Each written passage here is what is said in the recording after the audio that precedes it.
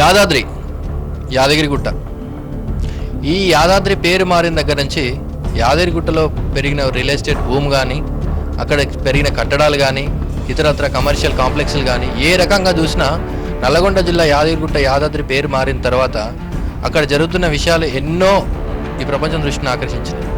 అయితే దానికి కారణం సీఎం కేసీఆర్ ప్రత్యేకంగా దాని మీద దృష్టి పెట్టడమే, దాని అభివృద్ధి పనులను స్వయంగా ఆ దేవస్థాన కమిటీకి కూడా తనే హెడ్గా ఉండి దాన్ని లీడ్ చేస్తుండడమే. అయితే ఇప్పుడు చేపడుతున్నట్టు కొంత కోట్ల వ్యయంతోనే చేపడుతున్నటువంటి కట్టడాలలో వాస్తు దోషం ఉందనేటువంటి ఎలిగేషన్స్ బయట నుంచి వస్తున్నాయి కొందరు వాస్తు నిపుణుల నుంచి.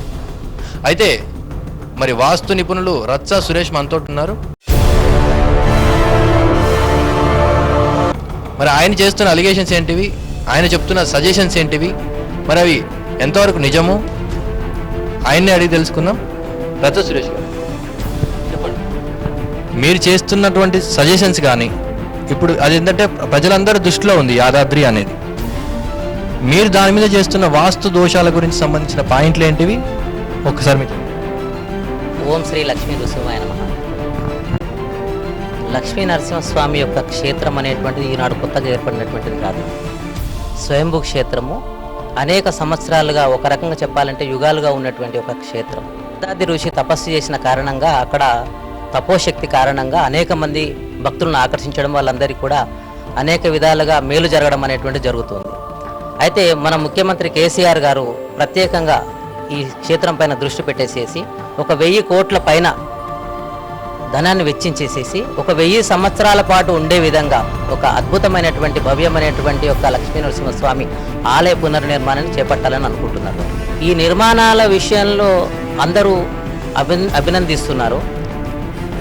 ముఖ్యమంత్రి కేసీఆర్ గారికి పూజల పట్ల కానీ, మన ధార్మిక కార్యక్రమాల పట్ల కానీ, జ్యోతిష్యం పట్ల కానీ, వాస్తు ఆగమశాస్త్రాల పట్ల కానీ ఉన్నటువంటి యొక్క అవగాహన కానీ, నమ్మకం కానీ, తను చేసేటటువంటి ప్రతి కార్యక్రమంలో వీటిని ఇంప్లిమెంట్ చేయడం అంటూ జరుగుతుంది. వారు యాదాద్రిని సందర్శించినప్పుడు ఏమన్నారంటే 100% వాస్తు ఆగమశాస్త్రాల ప్రకారం ఈ ఆలయాన్ని నిర్మిస్తానన్నారు. దీన్ని మేమంతా వాస్తు పండితులందరం కూడా దీన్ని అభినందిస్తున్నాం, స్వాగతిస్తున్నాం. అయితే వారు చెప్పినటువంటి సూచనలను పాటించకుండా అక్కడ నిర్మాణాలు జరుగుతున్నాయి, అనేక వాస్తు దోషాలు ఏర్పడ్డాయి. ఉదాహరణ మనం చెప్పాలంటే యాదగిరిగుట్ట అంటే యాదాద్రి కొండపైకి మనం వెళ్ళాలంటే ఘాట్ రోడ్ ఉంది, నైరుతిలో ప్రారంభమైంది. దాని గురించి ఈ మాస్టర్ ప్లాన్లో ఎక్కడ కూడా ప్రస్తావన లేదు. మీరు చెప్తున్నటువంటి నైరుతి రోడ్ అనేది, ఘాట్ రోడ్ అనేది ఏదో చెప్తున్నారు కదా, దానికి సంబంధించి ప్లాన్లో ఎక్కడ అది లేదా? లేదు. ఎందుకంటే ఇప్పుడు ఉన్నటువంటి ఘాట్ రోడ్ ఏదైతే ఉందో నైరుతిలో ప్రారంభమవుతుంది. ఈ ఘాట్ రోడ్డుని ఇలాగే ఉంచుతూ కొండపై నుంచి కిందికి దిగడానికి అదనంగా మరొక రోడ్డు మార్గాన్ని వాళ్ళు ఆలోచిస్తున్నారు, అంతవరకే. కానీ ఇది నైరుతిలో ఉంది, నైరుతి ప్రవేశం తప్పు, నైరుతి నుంచి నడక తప్పు అనేటువంటి విషయాన్ని వాళ్ళు విస్మరించారు. అంటే ఈ గుట్ట స్టార్టింగే దేవుని దర్శనానికి మనం వెళ్ళే రోడ్డు స్టార్టింగ్లోనే వాస్తు దోషం ఉందండి. అవును, ఎందుకంటే ఇప్పుడు ఘాట్ రోడ్ అంటే కొండపైకి వాహనాలకు వెళ్ళడానికి ఉన్నటువంటి ఒక ఘాట్ రోడ్ వేయడంలోనే వాస్తు దోషం అనేది ప్రారంభమైంది. అయితే ఈ దోషం అనేటువంటిది కొన్ని సంవత్సరాల క్రితం ఏర్పడింది. ఇది అయితే అనాదిగా వస్తున్నటువంటి పద్ధతి ఏంటంటే యాదగిరిగుట్ట ఎక్కడైతే సింహద్వారం ఉందో, వైకుంఠ ద్వారం ఉందో, అక్కడి నుంచి మెట్ల మార్గం ఉంది. ఈ దక్షిణ ద్వారం నుంచి, వైకుంఠ ద్వారం నుంచి ప్రవేశించిన తర్వాత కూడా మరొక మార్గం ఉంది. ఈ విధంగా 2-3 మార్గాలు ఉన్నాయి. వీటిని కేవలం మెట్లెక్కి నడగలిగిన వాళ్ళకు మాత్రం అది ఉంచేసి వాహనాలపైన వెళ్ళే వాళ్లకు ఈ నైరుతి మార్గం అనేది వేశారు. అది తీవ్రమైనటువంటి వాస్తు దోషంగా మనం చెప్పవచ్చు. ఇప్పుడు నైరుతి రోడ్డు అని మీరు ఏదైతే అంటారో ఆ నైరుతి రోడ్డు ఇప్పుడు వేసింది అయితే కాదు, ఆల్రెడీ ఉన్నదే. కానీ దాన్ని ఏమైనా డెవలప్ చేశారా ఇప్పుడు మళ్ళీ? లేదంటే అసలు మీరు చెప్పేది ఏంటంటే అది ఉండకూడదు అనేది మీరు చెప్పే పాయింట్. అయితే ఇప్పుడు దాన్ని డెవలప్ చేసి ఉండకూడదు అనే దాన్ని ఇంకేమైనా వీళ్ళు డెవలప్ చేసి దాన్నే మంచిగా చేస్తున్నారా? లేదు, నైరుతి రోడ్డు ఉన్నదనే విషయాన్ని వాళ్ళు గమనించినట్లుగా లేదు. ఎందుకంటే నైరుతిలో రోడ్డు ఉండడం వల్ల ఏంటంటే నైరుతి నుంచి నడక జరుగుతుంది, నైరుతి పల్లంగా ఉండడం జరుగుతుంది. ఇది వాస్తు కానీ ఆగమశాస్త్ర ప్రకారం కానీ పూర్తి విరుద్ధమైనటువంటి అంశం. ఈ ఆలయ పునర్నిర్మాణానికంటే ముందుగా బాలాలయాన్ని నిర్మాణం చేశారు. అంటే ఒక ఆలయాన్ని నిర్మాణం చేయడానికి ముందు మరొక ఆలయాన్ని పునర్నిర్మాణం చేస్తారు. అంటే అనేక సంవత్సరాల నుంచి ఉన్నటువంటి దాంట్లో ఈ ఆలయానికి సంబంధించినటువంటి అంటే ఈ బాలాలయానికి సంబంధించినటువంటి ప్లాన్లను ఎక్కడ కూడా బహిర్గతం చేయకుండా ఇష్టారాజ్యంగా నిర్మాణాలు చేశారు. చూడడానికి బ్రహ్మాండంగా ఉన్నాయి, కానీ దాంట్లో ఏమాత్రం వాస్తు బలం లేదు.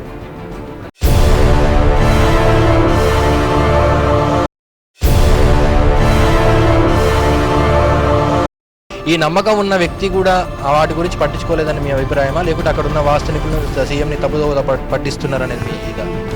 అంటే ప్రభుత్వ పరంగా వాస్తు సలహాదారుని అయితే ఏర్పాటు చేసిన విషయం మనకు అందరికి తెలిసినటువంటి విషయం. అయితే వారు ఎంతవరకు గమనించారో తెలియదు. అయితే ఇక్కడ మనం అమలు జరుగుతున్న విషయాన్ని కనుక మనం ప్రధానంగా మనం గమనించినట్లయితే అనేక వాస్తు దోషాలు ఉంటే అక్కడి నుంచి వాళ్ళు చెప్పకపోవడం కానీ లేదా చెప్పిన వీళ్ళు వినకపోవడం కానీ ఈ రెండు జరుగుతుంది. ఎందుకంటే వారు ఏం చెప్పారనే విషయం మనకు చాలా స్పష్టంగా తెలియాలంటే ముందు ప్లాన్ ప్రభుత్వం ఏదైతే ప్రకటించిందో లేదా YTDA Yadagirigutta temple development authority ఏదైతే ప్రకటించిందో ఈ నిర్మాణాలు చేపడతామని చెప్పేసి దానికి సంబంధించిన ప్లాన్లు ఇంతవరకు విడుదల చేయలేదు. ప్రతిసారి ఒక ప్లాన్ను మార్పు చేస్తున్నారు, ప్రెస్ మీట్లో ఏదో ఒక రిలీజ్ చేస్తున్నారు, దాంట్లో మళ్ళీ మార్పు అని చెప్పేసి మొత్తానికి ఒక గుట్టుగా నిర్మాణాలు చేశారు అక్కడ. కానీ ఆ విషయాలు ఏవి బహిర్గతం చేయలేదనేది మీరు అనేది ఉంటుంది. అంటే ఇంతవరకు ఏ ఒక్క ప్లాన్ను కూడా వాళ్ళు బహిర్గతం చేయకుండా సుందరమైనటువంటి ఆకారాన్ని చూపిస్తున్నారు. అంటే ఇక్కడ ఏంటంటే ఒక నిర్మాణం జరుగుతున్నప్పుడు నిర్మాణం పటిష్టంగా ఉండడానికి కావాల్సినటువంటి ఇంజనీరింగ్ అంశం దాని విషయంలో నేను ఎంటర్ కావట్లేదు. తర్వాత శాస్త్రము, ఆగమ శాస్త్రము, సంప్రదాయం సంబంధించినటువంటిది ఆగమ శాస్త్రము, శిల్పం ఎలా ఉండాలి, విగ్రహం ఎలా ఉండాలి, ఎంత ఎత్తులో ఉండాలి, ఏ రంగులో ఉండాలి, కవలికలు ఎలా ఉండాలి, ఎక్కడ ప్రతిష్టాపన చేయాలి అనేటువంటి విషయాలు ఆగమ శాస్త్రానికి సంబంధించి వస్తుంది. అయితే ఇక్కడ నేను ప్రధానంగా అడిగేది ఏంటంటే ఒక నిర్మాణం జరిగినప్పుడు దాని యొక్క కొలతలు ఏమిటి, పొడవు వెడల్పులు ఏంటిది, ఎక్కడ ద్వారాలు పెట్టారు, ఎక్కడెక్కడ ఎలా నిర్మాణాలు చేశారు, ఇది ప్రధానంగా వస్తుంది. ఇది ఫలితాన్ని నిర్దేశిస్తుంది. ఆర్కిటెక్ట్ సంబంధించినటువంటిది ఏంటంటే అందము, ఆకర్షణ, సౌందర్యము అనేటువంటి దాన్ని సూచిస్తుంది. ఇంజనీరింగ్ సంబంధించిందేమో బిల్డింగ్ యొక్క పటిష్టతను చూపిస్తుంది. బిల్డింగ్ అంటే ఇక్కడ ఆలయం దాని యొక్క పటిష్టత ఎన్ని సంవత్సరాల పాటు ఉంటుంది అనేటువంటి దాన్ని పటిష్టతను చూపిస్తుంది. వాస్తుశాస్త్రం ఏం చేస్తుందంటే అక్కడ జరిగినటువంటి నిర్మాణాలను బట్టి దానివల్ల ఎలాంటి ఫలితాలు కలుగుతాయి అనేటువంటి దాన్ని నిర్దేశిస్తుంది.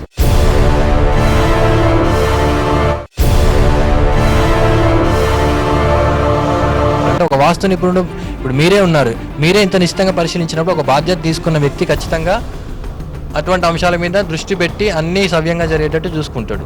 వాస్తు నిపుణులు ఇచ్చారా ప్లాను, ఆర్కిటెక్ట్ చేశారా లేకపోతే స్థపతులు ఇచ్చారా అనేటువంటి దాంట్లో ఇప్పటి వరకు క్లారిటీ లేదు. ఎందుకంటే YTDAకు అంటే యాదగిరిగుట్ట టెంపుల్ డెవలప్మెంట్ అథారిటీకి నేను 9 ప్రశ్నలతోటి వారికి లేఖ ఇవ్వడం జరిగింది. బహిరంగ లేఖ ఇచ్చాను, స్వయంగా కలిశాను, స్థపతులను కలిశాను. అక్కడి నుంచి మాత్రం ఎలాంటి స్పందన కూడా రాలేదు. ఆ ప్లాన్లను బహిర్గతం చేయండి అనేటువంటి విషయం. ఎందుకంటే ఎవరితో మాట్లాడినా కూడా పక్క వాళ్ళకి ఆ లెటర్ ఇస్తున్నారు, వీరు సమాధానం చెప్తానంటున్నారు. ఈవెన్ YTDA ఆఫీస్కి వెళ్ళినా కూడా అక్కడ ఇంకా నెల రోజులు ఆగండి, వారం రోజులు ఆగండి అని చెప్పారు. చివరికి ఎలాంటి సమాధానం లేదు. నమస్కారం అండి, నేను రచ్చా సురేష్ మాట్లాడుతున్నాను సార్. మిమ్మల్ని కలిశానండి. చెప్పండి సార్. అదే ఒకటి లెటర్ ఇచ్చాను కదా, దానికి రిప్లై మీరు ఇస్తానన్నారు, మనకేం రాలేదండి అది. అయ్యో నేను ఈమెయిల్ ఆమెకు తెప్పించేయండి సార్. అదేదో లైన్ పెట్టారండి, సరిగా ఉన్నాయని మీరు పెట్టారు అంతే. ఇప్పుడు నేను 9 ప్యాన్స్ ఇచ్చాను కదా, దానికి రిటర్న్ రిఫరెన్స్ అని అన్నారు కదా సార్ మీరు. అది మెయిల్ అటాచ్ చేయలేదేమో మరి మీరు. అడుగుతానండి. ఇంకా అవేమి అటాచ్మెంట్ ఏమి లేదండి దానికి. అటాచ్మెంట్ లేదా? నేను అడిగి నేను చెప్తాను. ఇక్కడ మంచి అసిస్టెంట్ ఇచ్చేదాను. ఓకే ఓకే చేయండి. అంత సరిగా ఉందని ఒక మాట అన్నారు, ఒక లైన్ లో ఉంది, వాక్యం ఉంది అంతే. ఇప్పుడు దానికి 9 పాయింట్స్ కి మీరు ఈచ్ పాయింట్ ఆన్సర్ ఇస్తున్నారు కదా సార్ మీరు. అది అన్నారు, తర్వాత ఎక్కడి నుంచి ఏంటిది రిఫరెన్స్ అన్నారు, ఏదో గ్రంథాలు అని అన్నారు, అది ఆగమ శాస్త్రం చూడండి సార్. అది మంచిది సార్. నమస్తే. మంచిది సార్. నమస్తే. అంటే ఒక ఆర్టీఏ యాక్ట్ కూడా యాదాద్రి మీద పనిచేయటం లేదనేది మీరు చెప్తారు. అవును, అంటే ఆర్టీఏ యాక్ట్ కింద ప్రశ్నించకున్నా కూడా మామూలుగా నేను యాదగిరిగుట్ట దేవస్థానం వాళ్ళకు లెటర్ పెడితే ఈ ప్లాన్స్ మా దగ్గర లేదు, ఇది మొత్తం ప్రాజెక్ట్ మొత్తము ఈ YTDA సంబంధించినటువంటి ప్రాజెక్టు కాబట్టి మాకు దాంతో సంబంధం లేదనే విధంలో అక్కడ ఈఓ గారు మాట్లాడారు. అయితే YTDA వాళ్ళను కలిస్తే ఏంటంటే మీకు దీనికి సమాధానం ఇస్తామని చెప్పేసి చేశారు. నేను మెయిల్ ద్వారా కూడా దాదాపు 7-8 నెలల నుంచి కాంటాక్ట్లో ఉన్నాను, ప్లాన్స్ రూపొందుతున్నాయి, తర్వాత ఇస్తాము అని అన్నారు. ఎంత కాస్ట్ అవుతుంది నేను చెల్లించడం సిద్ధంగా ఉన్నానని చెప్పినప్పటికీ కూడా అటు నుంచి రాలేదు. డైరెక్ట్ కూడా నేను కలిసి వారిని ప్రశ్నించడం జరిగింది, అటు నుంచి కూడా ఎలాంటి సమాధానం రాలేదు. నెక్స్ట్ మీరు ముఖ్యమంత్రి గారు కానీ లేదంటే వీళ్ళ దృష్టికి ఏమైనా తీసుకోవడం అయితే ఈ విషయాన్ని స్థానికంగా పనిచేసేటటువంటి ఆలయ పూజారుల దృష్టికి తీసుకెళ్లాను. ఎందుకంటే ఇక్కడ నమ్మకము సాంప్రదాయతతోటి అనేక సంవత్సరాలుగా తరతరాలుగా జీవిస్తున్నటువంటి వాళ్ళు ఉన్నారు. తర్వాత అక్కడ ఈవో గారి దృష్టి తీసుకెళ్లాను, వైటీడీఏ దృష్టి తీసుకెళ్లాను, స్థపతుల దృష్టికి తీసుకెళ్లాను. ఆ తర్వాత ముఖ్యమంత్రి గారిని కార్యాలయానికి వెళ్ళేసేసి అక్కడ కూడా నేను ఒక 52 అంశాలతో కూడినటువంటి 38 పేజీల లేఖను కూడా, వినతి పత్రాన్ని కూడా వారికి సమర్పించడం జరిగింది. అటు నుంచి కూడా ఇంక ప్రస్తుతానికి ఇంకేం స్పందన రాలేదు. స్పందన ఖచ్చితంగా వస్తుందని చెప్పేసి నేను భావిస్తున్నాను.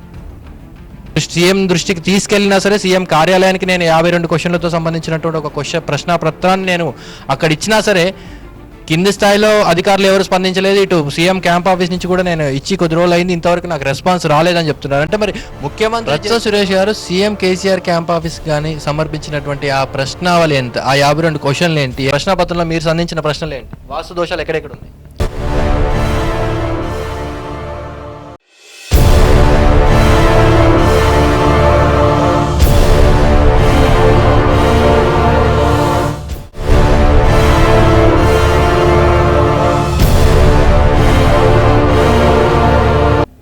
ప్రధానంగా ఏంటంటే యాదగిరి గుట్టపైకి, అంటే యాదాద్రి కొండపైకి వెళ్ళేటటువంటి ద్వారం, అంటే దారి ఏదైతే ఉందో అది ఒక దోషం అనేటువంటిది ఇప్పుడు చెప్పడం జరిగింది.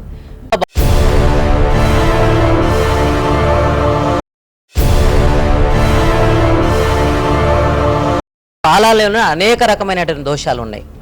ఒకటి ఏంటంటే వైష్ణవ సాంప్రదాయంలో ఉత్తర ద్వారాన్ని ఏర్పాటు చేయడం అనేటువంటిది తప్పనిసరి. ఎందుకంటే వైకుంఠ ఏకాదశి రోజు తప్పనిసరిగా భక్తులు ఆ ద్వారం నుండే ఆలయంలోకి ప్రవేశిస్తారు. ఆ ద్వారాన్ని గురించి నేను ఎన్నిసార్లు వాళ్ళకు విన్నవించినప్పటికీ కూడా ఇప్పటి వరకు ఏర్పాటు చేయలేదు. రేపు రాబోయేటటువంటి వైకుంఠ ఏకాదశి రోజు మరి భక్తులు ఎక్కడి నుంచి ప్రవేశిస్తారని చెప్పేసి కూడా నాకు సందేహం ఉంది. సంప్రదాయము శాస్త్రం పేరుతోటి వీళ్ళన్నీ మాట్లాడుతున్నారు, కానీ వాస్తవంగా దానికి విరుద్ధంగా అక్కడ జరుగుతున్నాయి. ఇది ఉత్తర వైకుంఠ ద్వారం సంబంధించింది. తర్వాత ఈ బాలాలయం అనేటువంటిది నిర్మాణం చేసినప్పుడు సాధారణంగా వాస్తులో ఏ నిర్మాణం జరిగినా ఈశాన్యములో పూజ చేసిన తర్వాత నైరుతి నుంచి నిర్మాణాలు ప్రారంభమవుతాయి. నైరుతిలో 14 అంగుళాల పల్లంగా పెట్టేసి, అంటే 14 ఇంచెస్ డౌన్ పెట్టేసేసి నిర్మాణాలు చేశారు. మొన్నటి వరకు కూడా ఆ నైరుతి పల్లం అలాగే ఉంది. నైరుతి పల్లంగా ఉండకూడదు అనేటువంటి కనీసం వాస్తు పరిజ్ఞానం కూడా లేకుండా అక్కడ నిర్మాణాలు చేశారు. ఇక అందరికీ అర్థమయ్యేటటువంటి విషయం ఒకటి ఏంటిదంటే, ఎక్కడనైనా సరే ఆలయాన్ని ప్రతిష్టాపన చేసినప్పుడు విగ్రహాలను అక్కడ ఏర్పాటు చేసినప్పుడు తూర్పుకు అభిముఖంగా మనం ఏర్పాటు చేస్తారు. తూర్పు ముఖంగా కానీ సాధారణంగా తూర్పు ముఖంగానే ఏర్పాటు చేస్తారు. ఇక్కడ వీళ్ళు విగ్రహాలను పెట్టినటువంటిది దక్షిణంలో పెట్టారు, నైరుతిలో పెట్టారు. ఆ దక్షిణం వైపు పూజ చేయకూడదు, నైరుతి వైపు పూజ చేయకూడదని శాస్త్రం చెప్తుంది. అంతేకాకుండా గర్భాలయంలో, అంటే తాత్కాలికంగా ఏర్పాటు చేసినటువంటి బాలాలయంలో ఉన్నటువంటి గర్భగుడిలో పడమర వైపు మొత్తం పల్లంగా ఉంది. అంటే మొత్తము ఈ బాలాలయానికి సంబంధించినటువంటి ఏరియాలో నైరుతి భాగంలో కొంత భాగం పల్లంగా ఏర్పడుతుంది. అలాంటి నిర్మాణం చేయడం కూడా తీవ్రమైనటువంటి వాస్తుదోషం అవుతుంది. మొన్నటి వరకు ఏం చేశారంటే, ఈ ఆలయానికి తూర్పు వైపు ద్వారాలు ఉన్నాయి, పడమర వైపు ద్వారాలు ఉన్నాయి, దక్షిణ వైపు ద్వారాలు ఉన్నాయి. దక్షిణ ద్వారం గుండా భక్తులు లోపలికి ప్రవేశించడానికి ఏర్పాటు చేశారు. ఆలయం యొక్క సంప్రదాయం ఏంటంటే, ముందు ధ్వజస్తంభాన్ని దర్శనం చేసుకున్న తర్వాత, అక్కడ నమస్కారం చేసుకున్న తర్వాత ఆలయంలోకి ప్రవేశించడం జరుగుతుంది. అలాంటి అవకాశం లేకుండా నేరుగా దక్షిణ ద్వారం గుండా ప్రవేశించే అవకాశం కల్పించడం వల్ల ధ్వజస్తంభాన్ని దర్శించుకునేటటువంటి అవకాశం లేదు. అంతేకాకుండా ఈ ఆలయంలో ప్లాస్టర్ ఆఫ్ ప్యారిస్ తోటి విగ్రహాలను పెట్టారు. ఆలయ సంప్రదాయంలో కానీ సాధారణంగా మన ఇళ్లలో కానీ బంగారంతో కానీ వెండితోటి కానీ పంచలోహాలతోటి కానీ రాగి కానీ కర్రతో చేసినటువంటి విగ్రహాలను కానీ వీటిని పూజకు మనం ఉపయోగించాలనేటువంటి పద్ధతి మనకు తెలుసు. కానీ ఇక్కడ ప్లాస్టర్ ఆఫ్ ప్యారిస్ తోటి చేసినటువంటి దాన్ని ఇక్కడ పూజలు చేసేయడము అది శాస్త్రానికి విరుద్ధమైనటువంటి అంశంగా నేను చెప్తున్నాను. అంతేకాకుండా ఒక ఆలయాన్ని నిర్మాణం చేసినప్పుడు ప్రదక్షిణ క్రమంలో భక్తులు వెళ్ళేటటువంటి అవకాశం ఉండాలి. ప్రదక్షిణ చేయడానికి ఇక్కడ అవకాశమే ఇవ్వట్లేదు. ఇక్కడ ఎందుకంటే కొత్తగా నిర్మాణం చేసిన ఏ చిన్న గుడి అయినా కూడా గుడి చుట్టూ తిరగడానికి అవకాశం ఉంటుంది. ఇక్కడ మాత్రం అలాంటి అవకాశము ఇవ్వలేదు. ఒక గుడి, ఒక ఆలయం, ఒక భక్తులకు సంబంధించిన విషయం. ఇప్పుడు ఈరోజు యాదాద్రి చిన్న స్థాయిలోనే ఉండొచ్చు, బట్ ఒక రాబోయే రోజుల్లో తిరుపతి అంతకంటే పెద్ద స్థాయిలో తీసుకురావాలనేది ముఖ్యమంత్రి ఆశయం. అది అలాంటి ఆలయానికి ఇలాంటి ఎలిగేషన్స్ కానీ ఇలాంటి సజెషన్స్ కానీ ఎదురవుతున్నప్పుడు మరి ముఖ్యమంత్రి ఏం చేస్తారు? ఆయన ఒక ప్రతిష్టాత్మకంగా తీసుకున్నటువంటి ప్రాజెక్ట్ ఇది.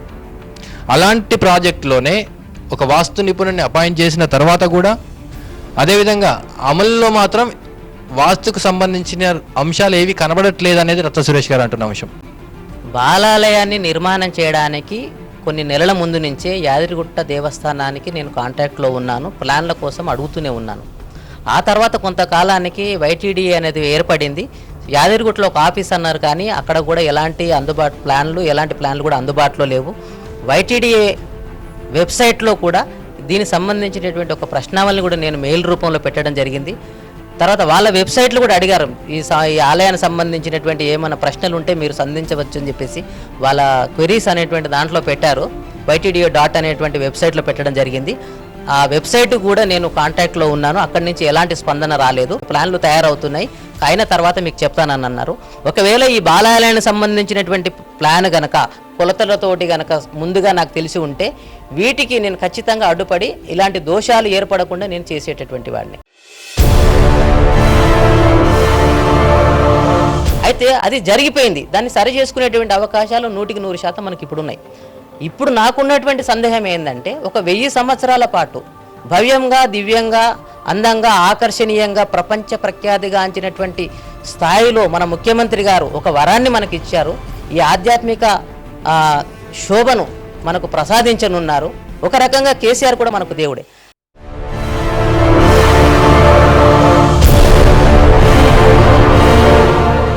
అయితే ఈ క్షేత్రం ఇక్కడ ఏర్పడడానికి కారకుడైనటువంటి యాదఋషికి స్థానం ఎక్కడ అనేటువంటి విషయాన్ని కూడా మనకు ఎక్కడ కూడా వాళ్ళు ఈ మాస్టర్ ప్లాన్లో చెప్పడం జరిగింది. అంతేకాకుండా ఈ ప్రధాన ఆలయానికి సంబంధించినటువంటి శిల్పాలు, శిల్ప సౌందర్యం గురించి ఎక్కడ తయారవుతున్నాయి, ఎన్ని తయారవుతున్నాయి అనే విషయాన్ని మీడియాకి ఇచ్చారు తప్ప దీన్ని అడిగిన వాళ్లకు ఎక్కడ కూడా దీన్ని ఇవ్వలేదు. వైటీడీ ఆఫీసు కూడా నేను వెళ్ళి అడగడం జరిగింది, స్థపతులను కూడా వెళ్ళి అడగడం జరిగింది, వైటీడీ అధికారులకు కూడా నేను లేఖ ద్వారా కూడా అడగడం జరిగింది. ఇవి కనుక ఇస్తే తప్పనిసరిగా అందులో ఏమైనా లోపాలు ఉంటే మనము ముందే సరి చేసుకునేటువంటి అవకాశం ఉంది. ఒకసారి చెక్ చేసుకోవడంలో ఎలాంటి తప్పు లేదనేటువంటిది నా అభిప్రాయం. బాలాలయంలో ఏర్పాటు చేసినటువంటి లక్ష్మీదేవి, నరసింహస్వామి విగ్రహాల గురించి కూడా కొంత చెప్పాల్సినటువంటి అవసరం ఉంది.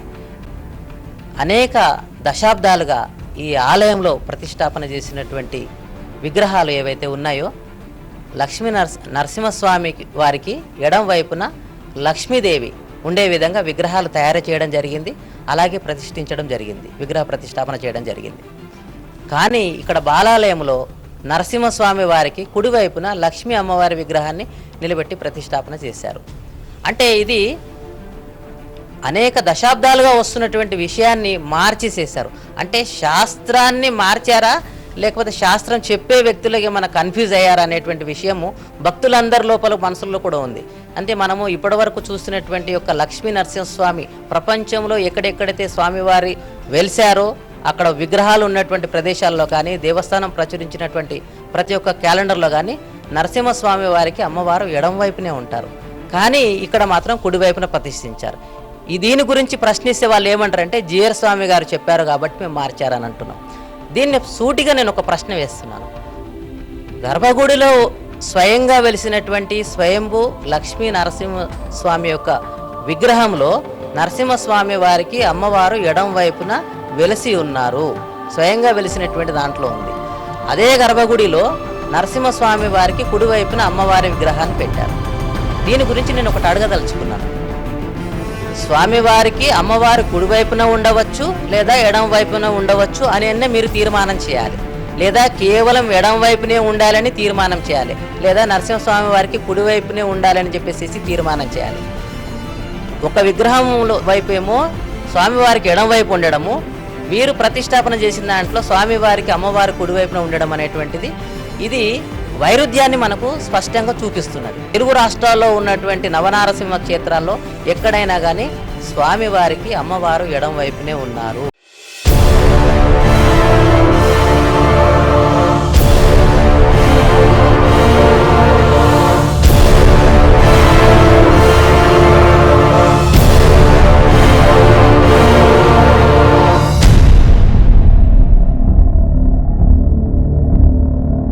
కూడా జిఆర్ స్వామి తప్పనిసరి ఆలోచించి సరైన నిర్ణయం తీసుకోవాలి. అంటే చిన్నజీయర్ స్వామి అంతటి వాడు కూడా ఈ విషయంలో తప్పు చేశాడని మీరు అంటారా? అంటే ఇప్పుడు మీరు ఏదైతే అలిగేషన్ చేస్తున్నారో, ఏదైతే చెప్తున్నారో, లక్ష్మీ నరసింహస్వామి వారికి లక్ష్మీదేవి ఎడం వైపునే ఉండాలని అది శాస్త్రం కానీ స్వయంగా వెలిసిన అది కూడా విగ్రహం కూడా అదే రకంగా ఉంది. బట్ ఇప్పుడు మాత్రం చిన్నజీర స్వామి గారు చెప్పారని చెప్పి రైట్ చెప్తున్నారని మీకు ఆన్సర్ వచ్చిందనేది మీరు చెప్తున్నారు. అంటే చిన్నజీర స్వామికి తెలియదనా లేకుంటే ఏమనుకోవాలి? ఇక్కడ ప్రధానంగా మీరు చూడండి, ఇక్కడ ఉన్నటువంటి విగ్రహంలో నరసింహస్వామి వారికి అమ్మవారు ఎడం వైపున ఉన్నారు. జిఆర్ స్వామి వారు అనేక సంవత్సరాలుగా దాదాపు 30 సంవత్సరాల పైగా ఈ ఆలయానికి వస్తూనే ఉన్నారు. ప్రతిసారి స్వామివారికి ఎడం వైపున ప్రతిష్టాపన చేసిన అమ్మవారికి పూజలు చేస్తూనే ఉన్నారు. అప్పుడు కనబడినటువంటి లోపము దోషము ఇప్పుడు ఎలా కనబడింది? లేదా శాస్త్రాల్లో ఏమైనా సవరణ చేశారా? నేను ఇది ప్రశ్నిస్తున్నాను. జిఆర్ స్వామి వారి యొక్క జ్ఞానాన్ని కానీ స్థానాన్ని ప్రశ్నించట్లేదు. స్వామివారికి అమ్మవారు ఎటువైపు ఉండాలనేటువంటిది ఏ ఆధారంగా వారు నిర్ణయం చేశారు అనేటువంటి దాన్ని ప్రశ్నిస్తున్నాను. రైట్ సురేష్ గారు చెప్పిన దాంట్లో కూడా అర్థం ఉంది. ఎందుకంటే చిన్నజీయర్ స్వామిని జనాలు నమ్ముతారు. సో ఇప్పుడు ఆయన అడిగేది ఏంటంటే చిన్నజీయర్ స్వామి జ్ఞానాన్ని నేను ప్రశ్నించట్లేదు, కానీ అది ఏమైనా సవరణ జరిగిందా శాస్త్రంలో? దీంట్లో మాత్రం ఎలాంటి తప్పు లేదు. ఎందుకంటే ఇది భక్తులకు సంబంధించిన విశ్వాసానికి సంబంధించిన విషయం. ఇప్పుడు మనం వెళ్ళినామంటే ఒక గుట్ట కానీ ఒక గుడి కానీ ఎంత డెవలప్ అయినా దాని మీద ఎన్ని కమర్షియలైజ్ చేసినా ఎంత ఆధ్యాత్మిక క్షేత్రమైనా సరే, కానీ ఒక విగ్రహానికి వచ్చే సమయానికి ఒక దేవుణ్ణే మనం కొలిచేది, అక్కడికి వెళ్ళి పూజించేది భక్తులు ఎవరు? దేవుణ్ణి. ఆ దేవుణ్ణి పూజించే ప్రతిమ ఆ విగ్రహంలోనే కనుక మార్పులు అంటే అసాధారణమైన మార్పు అది. ఎందుకంటే మనం ఎన్ని దశాబ్దాలు కానీ శతాబ్దాలు కానీ చూస్తుంటే కనుక లక్ష్మీ నరసింహస్వామి వెలిసిన దగ్గర నుంచి ఆ యాదగిరిగుట్టకి వెళ్ళి చిన్నజీయర్ స్వామి గారు 30 సంవత్సరాల నుంచి వస్తున్నారు అనేది సురేష్ గారు చెప్తున్న విషయం. ఆయన కనబడలేదా అన్ని రోజుల నుంచి? ఈ రోజు డెవలప్మెంట్కి వచ్చేసరికి దీన్ని మార్చాలి అనే విషయం ఎందుకు వచ్చింది? ఎక్కడైనా సవరణ చేశారు అనేది అని అడుగు. దీనికి ఖచ్చితంగా చిన్నజీయర్ స్వామి గారు సమాధానం చెప్పాల్సిందే, లేదంటే మరి దానికి చేస్తున్న నిపుణులు ఎవరైతే ఉన్నారో వాళ్ళు సమాధానం చెప్పి తీరాల్సిందే. సరే, ఇంకో క్వశ్చన్కి వెళ్దాం. దీనికి సంబంధించిన మరొక విషయం చెప్పాల్సి ఉంది. అయితే ఇక్కడ లక్ష్మీ నరసింహస్వామి సంబంధించినట్టు విగ్రహాల్లో స్వామివారికి ఎడం వైపున కాకుండా కుడివైపున ప్రతిష్టాపన చేసినప్పుడు మరి యాదాద్రి ప్రింట్ చేసేటువంటి ప్రతి క్యాలెండర్లో దాంట్లో మారుస్తారా? అంతేకాకుండా తెలుగు రాష్ట్రాల్లో ఉన్నటువంటి ఆలయాల్లో కూడా మార్పులు చేర్పులు చేస్తారా? స్వయంభూ విగ్రహాలకు సంబంధించిన విషయంలో ఏంటిది, ఎలా మార్పు చేయగలుగుతారు? ఇది కూడా కరెక్ట్ క్వశ్చన్. ఇప్పుడు నవక్షేత్రాలు ఉన్నాయంటున్నారు యాదగిరి ఈ లక్ష్మీ నరసింహస్వామికి సంబంధించి మన రెండు తెలుగు రాష్ట్రాల్లో. మరి అన్ని చోట్ల ఎడం వైపున లక్ష్మీదేవి ఉంది, మరి ఇక్కడ మాత్రం కుడి వైపునే ఎందుకు పెట్టారు? సరే, ఇక్కడ పెట్టారు. సరే, యాదాద్రి అనేది ఒక పవిత్ర క్షేత్రంగా ఇప్పుడు ఒక పేరున్న క్షేత్రంగా మారబోతుంది. సరే, దీనికి అనుగుణంగానే ఇక్కడ ఏదైతే రకంగా ఉందో ఈ క్షేత్రంలో విగ్రహం ఏ రకంగానైతే కుడివైపు పెట్టున్నారో అదే రకంగా మిగతా క్షేత్రాల్లో కూడా మారుస్తారా? మార్పులు చేర్పులు ఉంటాయా? లేకుంటే దాని మీద ఏమైనా వివరణ ఇస్తారా? ఇంతవరకు ఎటువంటి బయటికి ఆ విషయాన్ని కూడా తీసుకురాలేదు. సురేష్ గారు చేసినంత మాత్రాన ఇవి నిజమా అలిగేషన్స్? ఎంతవరకు సురేష్ గారి వాస్తులో నిపుణత ఉంది? దీనికి సంబంధించి ఆయన దగ్గర ఏమైనా ప్రూఫ్ ఉందా? ఆయన వాస్తు నిపుణతను ప్రూవ్ చేసుకోవడానికి మీ నిపుణతని ప్రజలకు నమ్మకం కలిగించేటట్టు మీ దగ్గర ఏమైనా ఆధారాలు ఉన్నాయి? 2 ఖచ్చితమైన ఆధారాలు ఉన్నాయి. 4 సంవత్సరాల క్రితము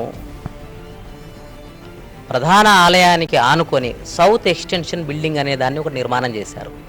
సౌత్ ఎక్స్టెన్షన్ అనేటువంటి యొక్క పదమే వాస్తులో విరుద్ధమైనటువంటి పదం. ఎక్స్టెన్షన్ టువార్డ్స్ ఈస్ట్ లేదా extension towards north, extension towards north east అంటే పెరిగితే తూర్పు వైపు పెరగాలి, ఉత్తరం వైపు పెరగాలి, లేదా ఈశాన్యం వైపు పెరగాలి, లేదా జరగాలి, దానిలో కలుపుకోవాలి అనేటువంటిది వాస్తుశాస్త్రం ప్రధానంగా చెప్తుంది. అంటే దక్షిణం వైపు స్థలాన్ని కలుపుకోకూడదు, ఆగ్నేయం వైపు స్థలాన్ని కలుపుకోకూడదు అనేటువంటి దాన్ని ప్రధానంగా చెప్తుంది. అయితే ఇక్కడ వాళ్ళు ఏం చేశారంటే సౌత్ ఎక్స్టెన్షన్ బిల్డింగ్ దాని పేరునే నృసింహ కాంప్లెక్స్గా అని చెప్పేసి నిర్మాణం చేశారు. ఎప్పుడు కూడా ఒక నిర్మాణం జరిగిన తర్వాత దానికి దక్షిణ వైపు మరొక నిర్మాణం చేసి అందులోకి ద్వారం పెట్టడం అనేటువంటిది వాస్తులో పూర్తి విరుద్ధమైనటువంటి అంశం. ఆ పెట్టినప్పుడు వల్ల ఏం జరిగిందంటే ఇప్పుడు ఉన్నటువంటి ఆలయానికి అనేక దోషాలు ఉన్నాయి. ఆ దోషాల గురించి ఒక 21 అంశాలతోటి అప్పుడు ఈవోగా ఉన్నటువంటి శ్రీమతి కృష్ణవేణి గారికి లిఖితపూర్వకంగా రాసి ఇవ్వడం జరిగింది. దాన్ని పరిశీలిస్తామన్నారు. వారం రోజులుగా సమాధానం చేస్తున్నారు. ఎన్నిసార్లు కలిసినప్పటికీ కూడా అక్కడి నుంచి సమాధానం రాలేదు. మేమంతా శాస్త్రబద్ధంగానే చేస్తున్నామని చెప్పేసి అక్కడ ఉన్నటువంటి ఒక కొద్దిమంది పండితులు కానీ ధర్మకర్త కానీ వీళ్ళు మాట్లాడడం జరిగింది. శాస్త్రీయమైనటువంటి చర్చకు సిద్ధంగా అని చెప్పేసి నేను అప్పుడు సవాలు విసరడం జరిగింది. ఎందుకంటే అక్కడ ఏర్పడినటువంటి దోషాలు ఎలాంటివంటే ఇప్పుడు అంటే మొన్నటి వరకు ఉన్నటువంటి ప్రధాన ఆలయం కంటే 60 ఫీట్ల పల్లంగా 60 ఫీట్లు డౌన్గా సౌత్ ఎక్స్టెన్షన్ బిల్డింగ్ నిర్మాణం చేశారు. నైరుతి భాగాన్ని పెంచారు. నైరుతి వైపు నుంచి ప్రవేశము తర్వాత నిష్క్రమణ ఈ 2 మార్గాలను కూడా ఏర్పాటు చేశారు. ఆ సందర్భంగానే నేను చెప్పడం జరిగింది, ఇక్కడ ఉన్నటువంటి వాస్తు దోషాలు వీటి కారణంగా ఆలయ భద్రతకు ముప్పు ఏర్పడుతుందని 2012 సంవత్సరంలో అంటే 4 సంవత్సరాల క్రితమే ప్రెస్ మీట్ పెట్టి మరీ చెప్పాను. అంటే ఒక వాస్తు నిర్మాణం జరిగితే ఆ వాస్తుకు సంబంధించిన ఫలితాలు అనేది వస్తాయి. అది చెడు ఫలితాల మంచి ఫలితాలని ఒక నిర్మాణం జరిగిన దాన్ని బట్టే ఉంటుందని మీరు చెప్తారు వాస్తులో. ఇప్పుడు దీనివల్ల జరిగిన నష్టం ఏం జరిగింది అనేది అది చెప్పండి. అక్కడ ఏంటంటే మీరు ఏం జరుగుతుందని చెప్పి ఏం జరిగింది? ఈ సౌత్ ఎక్స్టెన్షన్ బిల్డింగ్ అనేటువంటి దాన్ని నిర్మాణం చేసి ప్రధాన ఆలయానికి అనుసంధానం చేయడం వల్ల దక్షిణం వైపు పెంపు జరగడము, నైరుతి వైపు పెంపు జరగడము, నైరుతి 60 ఫీట్లు పల్లంగా ఉండడము, నైరుతి వైపు నుంచి నడక ఉండడం వల్ల అనేక అనర్థాలు ఏర్పడతాయి. దీనివల్ల ఏమవుతుందంటే ఇప్పటి వరకు ఉన్నటువంటి ఒక ఆలయంలో ఉన్నటువంటి దోషాలకు అదనంగా దోషాలు ఏర్పడడం జరిగింది.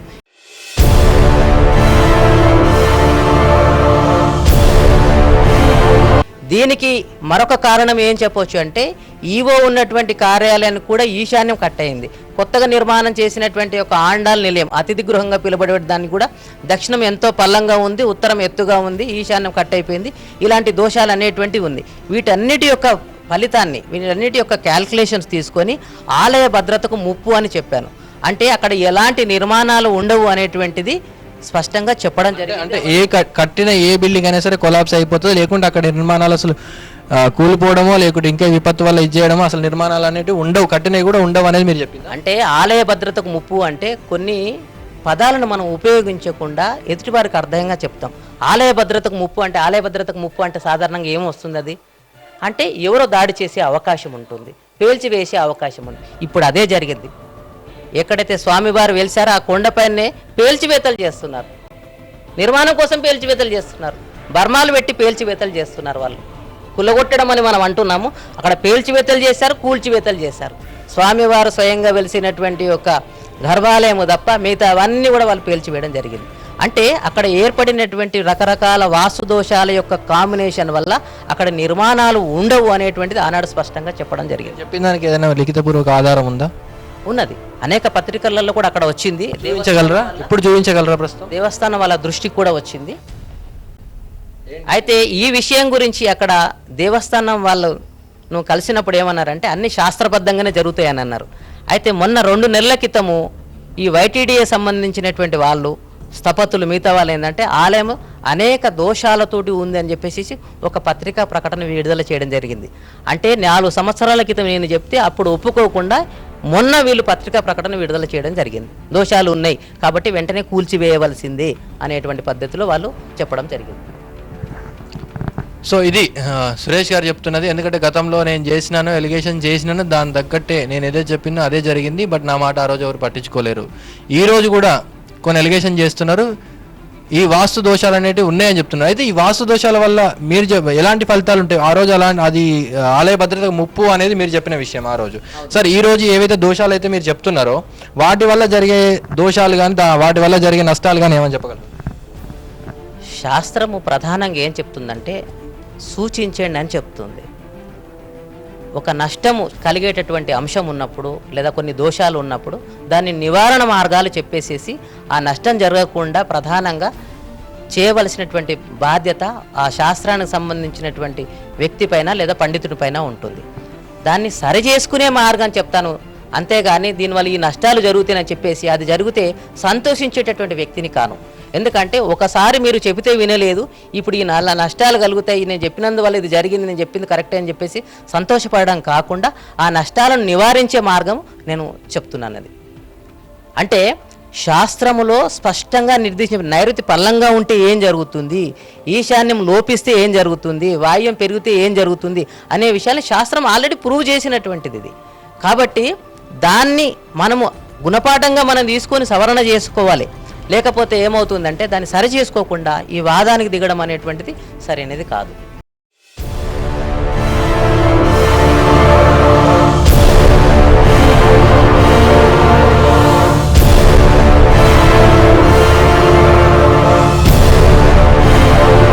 ఇది సరిచేయని నాడు ఏం జరుగుతుందో చెప్తాను. కానీ నా కోరిక ఏముందంటే, నేను స్వామివారి భక్తుడిని, స్థానికుడిని నేను.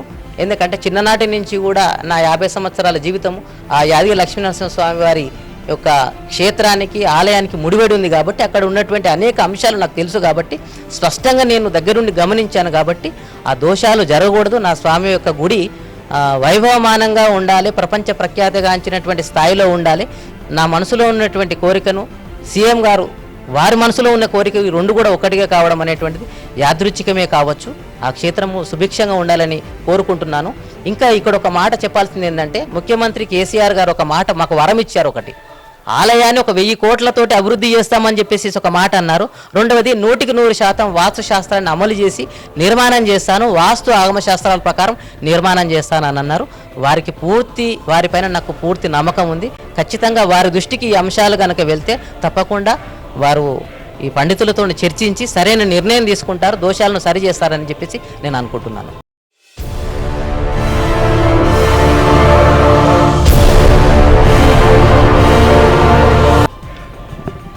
ఇది చూశారు కదా, రచ్చ సురేష్ మాట్లాడింది. ఆయన ఏమంటున్నారంటే, ఆయన స్థానికుడు, ఏదో వాస్తు నిపుణుడు మాట్లాడుతున్నాడు. సరే, అక్కడ అనుభవం ఉండి లేకుంటే అక్కడికి వెళ్ళలేక అక్కడ ఉన్న విషయాల మీద అవగాహన లేదనుకోవడానికి కూడా లేదు. ఆయన లోకల్గా ఉండే అక్కడ స్థానికుడు, చిన్నప్పటి నుంచి అక్కడ ఆ క్షేత్రంతో అనుబంధం ఉన్న వ్యక్తి. ఈరోజు డెవలప్మెంట్ కోసం ప్రభుత్వం అక్కడ దృష్టి పెట్టింది, కానీ పుట్టినప్పటి నుంచి ఆయన అక్కడే పుట్టాడు, అక్కడే పెరిగాడు. అక్కడ విషయాల మీద స్పష్టమైన అవగాహన ఉందని కూడా మనకు ఇంకో విషయం అర్థమవుతుంది. ఇక్కడ మొత్తం మనకి రచ్చ సురేష్ గారితో మాట్లాడిన తర్వాత తెలిసిన విషయం ఏంటంటే, ఈ యాదాద్రికి సంబంధించిన మాత్రం ఎవరు పట్టించుకోకూడదు.